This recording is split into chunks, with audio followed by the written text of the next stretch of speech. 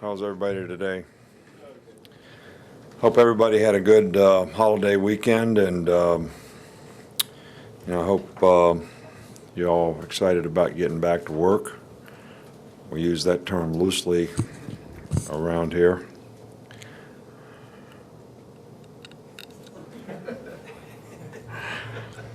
But in all honesty, I guess I asked the players today to be honest with themselves on, what they need to do, what we need to do, how do we get where we want to go.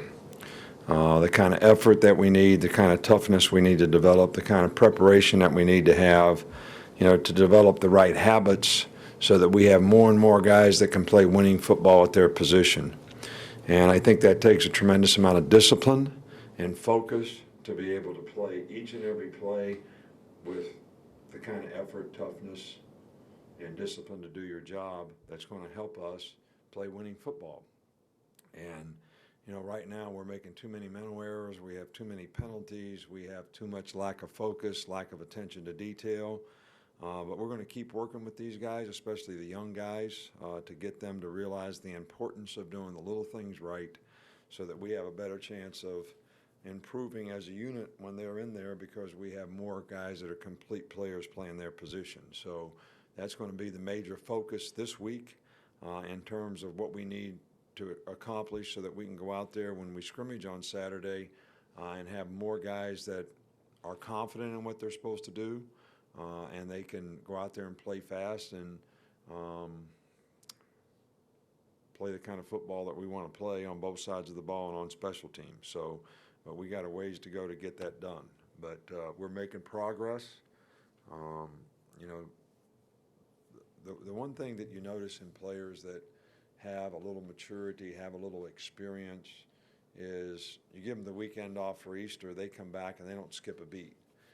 And you see some of the younger guys on the team that you're really trying to work with, they don't seem to be able to retain the things that you work to get them to this point. And you take a step back, and now you got to go try to take 2 steps forward. And I think that's maturity with young players. Experiences like this help them see what they need to do to work, get focused, prepared better, so they know what to do when they go out there, and we can get it done the way we need to get it done. So that's the focus for what we need to improve on.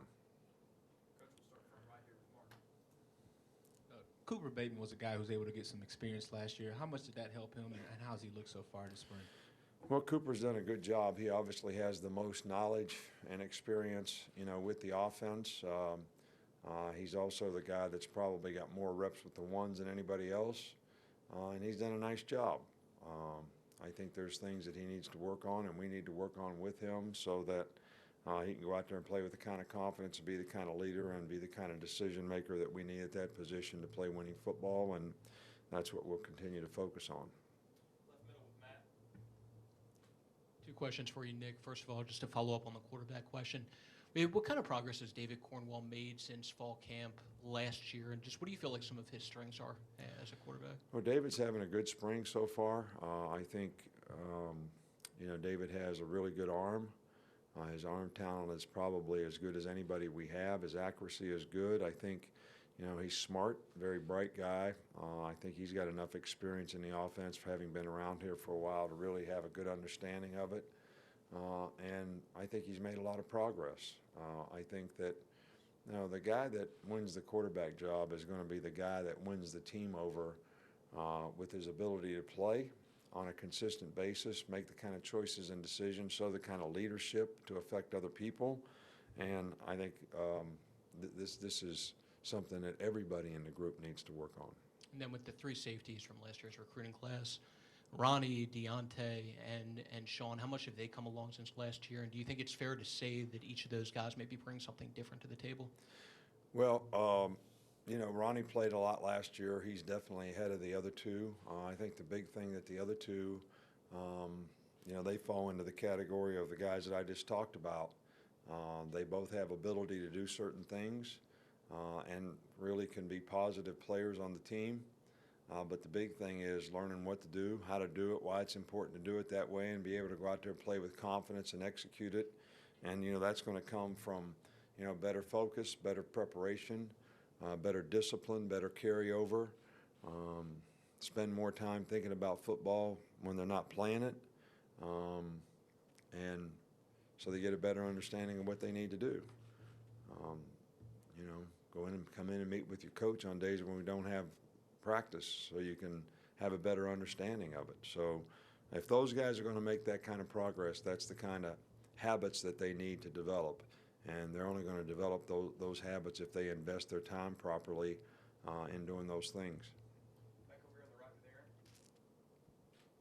Aaron. As Deshaun Hand progressed in his 2 years in the program, do you think it helped him at all, the expectations not being able or not being expected to come in and contribute right away? Deshaun Hand has done a nice job. He did a nice job when he had a chance to play last year. He's done a really good job this spring. With Jonathan Allen out, him and Dalvin are getting all the reps with the ones. We're not really rotating anybody else in there with those two guys. And he's made a tremendous amount of progress. He's gotten bigger and stronger. He can still run. He's still a good pass rusher. We're trying to develop him as an inside rusher as well for third down. So we're extremely pleased with the progress that he made, and probably would have been able to contribute even more than he did last year if it had been given a little more opportunity. So I think this is going to be a really productive year for him, and he certainly had the right attitude about the things that he needs to do to develop and be that kind of player. Okay, we'll go back to TV, first seat there. Coach, what have you seen from Keith Holcomb, and specifically his ability to balance baseball and football? Well, I think it's tough. They're going away for, these guys. I don't know how they do it. They leave today and they're gone until Sunday. Go to Montgomery and play a game, then stay there. Then they're going to Athens, and so I get concerned about a guy playing two sports when he's got to miss 4 days of school. We want him to play baseball. He wants to play baseball, but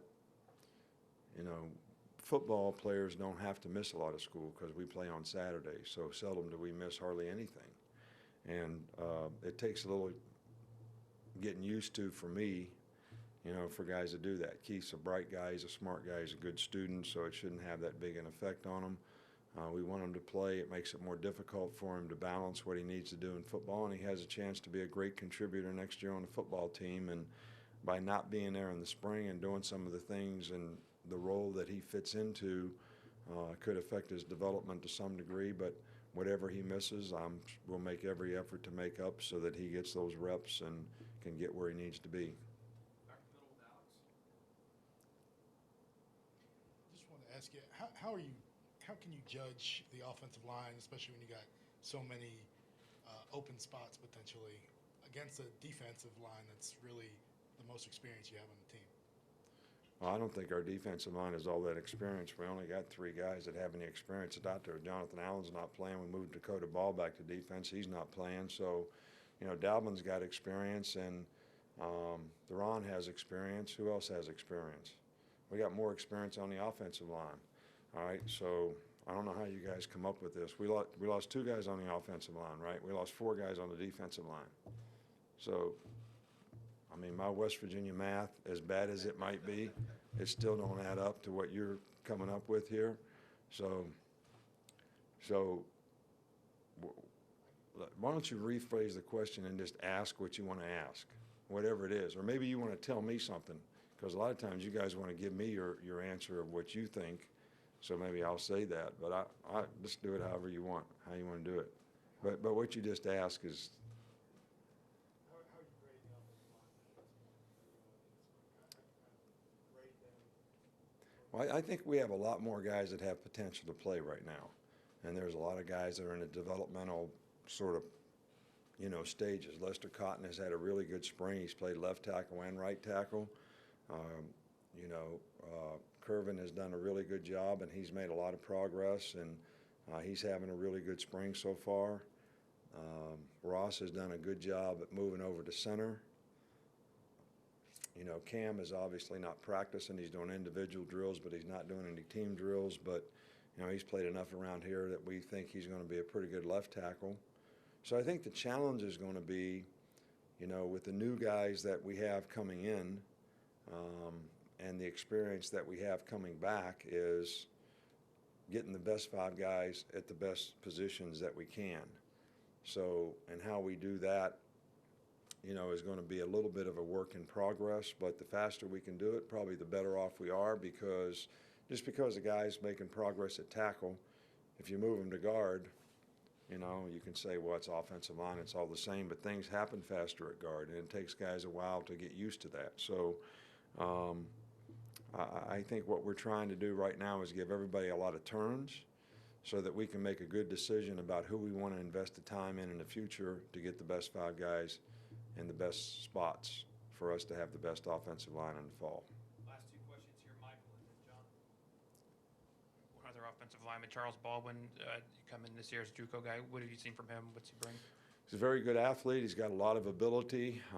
He's got a lot to learn. He's got a long way to go. You know, and we're going to continue to work with him to get him to do the things right, get him to buy into doing things the way we need him to do them so he can have success here. And I think that might take some time, but we've got a lot of patience and a lot of people around here that are willing to see what we can make work with them. Last one, John.